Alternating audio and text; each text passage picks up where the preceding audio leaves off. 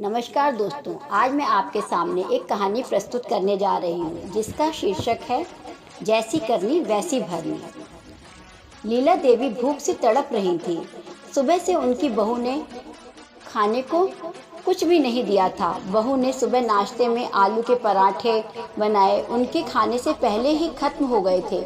इसीलिए लीला जी दोपहर के खाने की राह देख रही थी, पर उनकी बहू अनीता ने सुबह पेट भर के नाश्ता किया था, इसीलिए वो दोपहर का खाना नहीं बनाने वाली थी। अत्यंत भूख से परेशान होकर लीला जी ने अपनी बहू अनीता के पास गई और बोली, बहू मुझे बहुत जोरों की भूख लगी है, खाने के लिए कुछ दे दो। लीला जी की बात सुनकर अनीता मुंह टेढ़ा करके बोली, दिन भर सिर्फ आपको भूख ही लगती है, दूसरा तो कोई काम है नहीं आपको। टेबल पर चने रखे हैं, वही खाकर पानी पी के सो जाइए। आज दोपहर को मैं अपनी फ्रेंड के साथ बाहर जाने वाली हूँ, इसीलिए खाना तो मैं रात को ही बनाऊंगी। ये सुनकर लीला जी का मन उदास हो गया। फिर वह धीरे से बोली, बहू अगर तू कहे तो मैं अपने लिए कुछ बना लूँ। ये सुनकर अनीता गुस्से से बोली, एक व्यक्ति के लिए खाना बनाओगी क्या आप? कहकर अनीता किचन में गई और उसने फ्रिज में रखे हुए बासी चावल निकाले और अचार के साथ वह चावल एक थाली में परोस कर लाई और लीला जी के आगे रख कर बोली कि खा लो। ऐसा कहने के बाद अनीता पर्स उठाकर घर से बाहर चली गई। चावल तो फ्रिज में रखे थे, लेकिन फिर भी वह खराब हो गए थे। उनकी गंदी बदबू आ रही थी। लीला जी ने गुस्से से वह चावल डस्टबिन में डाल दिए और फिर उसने दाल चावल निकालकर अपने लिए गरम गरम खिचड़ी पकाई और पुदीने की चटनी के साथ खाई और फिर सारे बर्तन धोकर किचन साफ किया और चुपके से अपने कमरे में जाकर सो गई और सोचने लगी कि अनीता न भले ही खाना पकाने से मना कर दिया था, मगर यह उसका भी तो घर है, इसीलिए वह खुद का खाना तो खुद बना ही सकती हैं। अगले दिन सुबह लीला जी ने अपने कमरे में बैठ ही रही थी कि तभी उनका बेटा जितेंद्र कमरे में आया और बोला, माँ आज कल महंगाई बहुत बढ़ गई है, मुझे खर्च चलाने में भी बहुत मुश्किल हो रही है। ऊपर से पापा की 13वीं पर भी तो बहुत खर्च हुआ है। माँ मैं सोच रहा हूँ कि घर का एक कमरा किराए पर दे दिया जाए, किराया आने पर घर खर्च में थोड़ी मदद भी होगी। लीला जी बोली, बेटा तुझे जो भी ठीक लग रहा है तू वह कर। उसके बाद जितेंद्र थोड़ा हिचकिचाते हुए बोला, माँ तू अपना कमरा खाली कर दे और नीचे के कमरे में शिफ्ट हो जा। वह कमरा छोटा है ना, इसलिए इसमें टॉयलेट और बाथरूम नहीं है, तो उसे कोई किराए पर नहीं लेगा। लीला जी चौंक कर बोली, पर बेटा वह कमरा बहुत छोटा है और वह तो स्टोर रूम है ना, मैं उधर कैसे रहूँगी और टॉयलेट बाथरूम कैसे जाऊँगी? जितेंद्र बोला, तू आंगन के टॉयलेट में चली जाना, और वैसे भी तू तो घर पे ही रहती है ना, और जिसको हर कमरा किराए पर देंगे उसको तो सारी सुख सुविधा देनी ही चाहिए। वैसे भी वह कमरा ज़्यादा छोटा नहीं है और पापा के जाने के बाद तुझे इतने बड़े कमरे की क्या ज़रूरत है?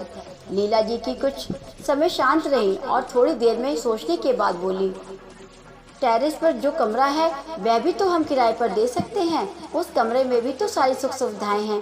पर उस पर जितेंद्र बोला, नहीं माँ, वह कमरा हम किराए पर नहीं दे सकते, वह हमने अपने मेहमानों के लिए रखा है। तुझे तो अच्छे से जानती है कि अनीता के मायके वालों का आना जाना लगा रहता है, इसीलिए एक खाली कमरा मेहमानों के लिए रखना पड़ेगा। लीला जी सब समझ गई थी कि उसके बेटे ने उसका यह कमरा किराए पर देने की ठान ही ली है, तो क्यों ना वह बुढ़ापे में अपने बेटे और बहू पर आश्रित थी। इसीलिए जितेंद्र ने जो कहा उस पर लीला जी ने ज़्यादा बहस नहीं की और उसने अपना थोड़ी सी ज़रूरत की सामान लिया और उस छोटे से कमरे में शिफ्ट हो गई। उस छोटे कमरे में उनका दम घुट रहा था, लेकिन फिर भी वह उस कमरे में अपना दिन काट रही थी। नया किराएदार भी आ चुका था, सब पहले जैसा चल रहा था। घर में आए हुए किराएदार का नाम विनोद था, जो एक एनजीओ में काम करता था। वह हर रोज यह देखता था कि अनीता और उसका पति जितेंद्र अपनी बूढ़ी माँ लीला जी के साथ कैसा सलूक कर रहे थे। वे ये सब देख करके उसको बहुत बुरा लगता था। धीरे धीरे लीला जी विनोद को अपने बेटे जैसा मानने लगी थी। विनोद भी आते जाते लीला जी को नमस्ते करता और हालचाल पूछा करता था और उनका ख्याल रखा करता था। जितेंद्र और अनीता जी को तो लीला जी से कुछ लेना देना था ही नहीं। अनीता बस बचा हुआ खाना लेकर आती और उनकी थाली में रखकर चली जाती और बेटा तो उनकी तरफ देखता भी नहीं था। लीला जी समझ चुकी थी कि उनका बेटा अब पहले जैसा नहीं रहा, वह बदल गया है, लेकिन फिर भी वो अपनी आंखें बंद करके उस किसी पालतू पशु की तरह उस पर घर में रहती थी, क्योंकि बुढ़ापे में उनका दूसरा और कोई सहारा नहीं था। रोटी के 2 टुकड़ों के लिए उनको अपने बेटे बहू के सहारे का देखना पड़ता था। कभी कभी लीला जी को तो बहुत रोना आता था। लीला जी विनोद को अपने मन की सारी बातें बताने लगी थी। उनके पति की मौत के बाद बेटे की लापरवाही की वजह से ही हुई थी, लेकिन वो ज़्यादा कुछ नहीं बोल पाई। जब उनके पति जिंदा थे और वह काम पर जाते थे, तब घर में उन दोनों को बहुत मान सम्मान मिलता था। जब वह काम करने में असमर्थ हो गए, तब भी जितेंद्र को उन्होंने अपने खर्च में मदद किया।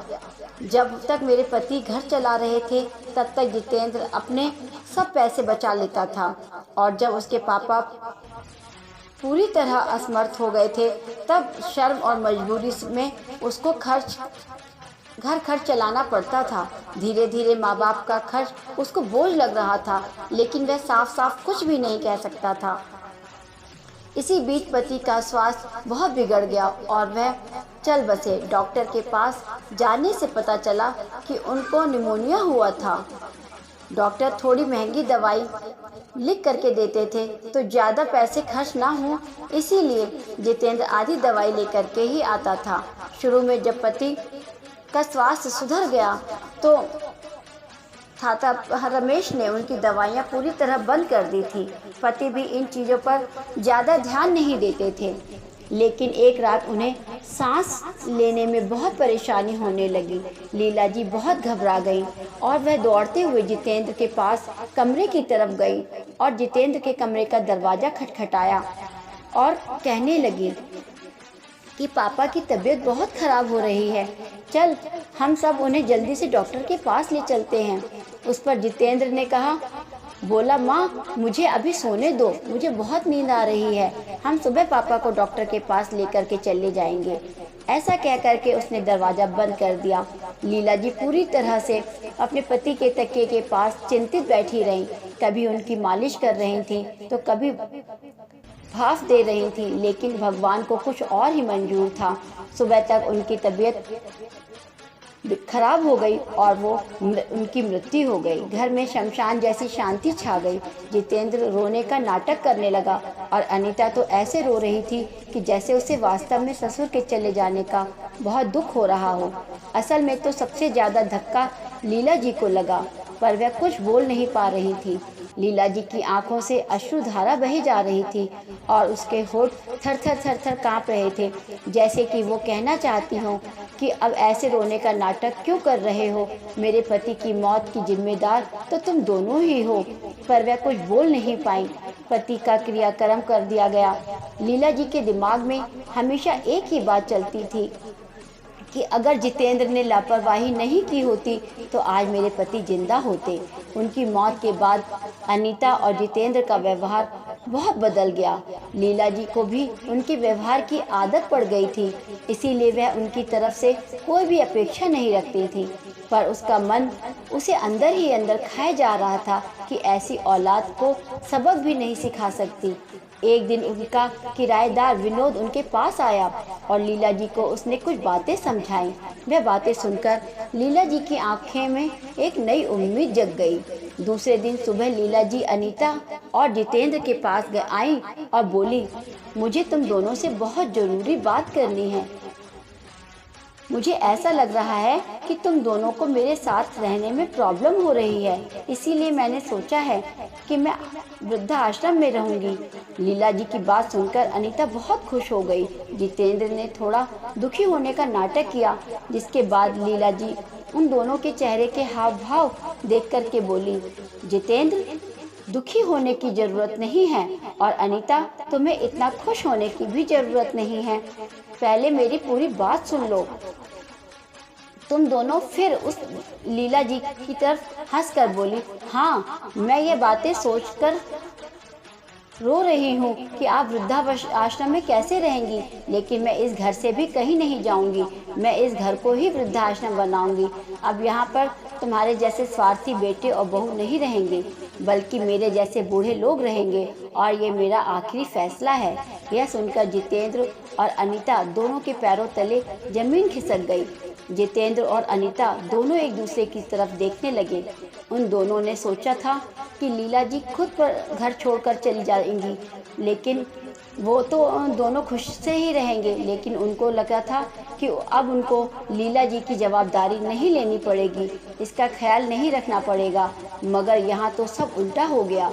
लीला जी की बातें सुनकर जितेंद्र गुस्से से बोला, माँ तेरा दिमाग तो ठीक है ना, इस घर पर मेरा अधिकार है, फिर तू इस घर को कैसे वृद्धाश्रम बना सकती है। इस पर लीला जी गुस्से से बोली, तू भूल रहा है बेटा, अभी तक ये मेरा ही घर है, मेरे ही नाम पर है ये घर। तुम दोनों ने मुझे बहुत परेशान किया है, छोटी छोटी बातों पर मेरा अपमान किया है, बीमारी के वक्त भी मुझे पर ध्यान नहीं दिया है, खाने पीने के लिए भी मुझे बहुत तरसाया है। तेरे पिताजी ने मुझे छोड़कर चले गए हैं, लेकिन अगर मैंने कठोर निर्णय नहीं लिया तो मेरा भी वही हाल होगा जो तुमने अपने पापा का किया था। इसीलिए मैंने सोचा कि बेटे के झूठे प्यार के जाल में फंसने से अच्छा है मैं अपने बारे में ही सोच लूं। जितेंद्र घुटनों के बल गिरकर बोलने लगा, माँ मुझे माफ़ कर दो, हम दोनों तेरे अच्छे से ख्याल रखेंगे, तेरा कभी भी अपमान नहीं करेंगे, पर तू इस घर को वृद्धाश्रम मत बनाना। माँ थोड़ा सोच कर तो देख हमारा क्या होगा। लीला जो ऊंची आवाज में बोली, मैंने और तेरे पापा ने तुझे बहुत अच्छे संस्कार दिए थे, लेकिन फिर भी तूने सिर्फ अपने परिवार के बारे में ही सोचा, अपने माँ बाप के बारे में नहीं। फिर मैं तेरे बारे में कैसे सोचूं? तू बस अपने परिवार का सोच, मेरी चिंता मत कर और जल्द से जल्द ये घर छोड़ करके चला जा, क्यों कि इस घर में अब अच्छे लोग रहने आ रहे हैं। इतना कहकर लीला जी अपने कमरे में चली गई। जितेंद्र और अनीता शांत लीला जी को जाते हुए देखते ही रह गए। लीला जी ने अपने जैसी बूढ़ी माँ को उसके घर में आश्रय दिया। विनोद की मदद से वह वृद्धाश्रम अच्छे से चलने लगा। दोस्त, अगर आजकल के बच्चे अपने बूढ़े माँ बाप के साथ गैर व्यवहार किया करेंगे तो बूढ़े माँ बाप भी कठोर निर्णय ले सकते हैं।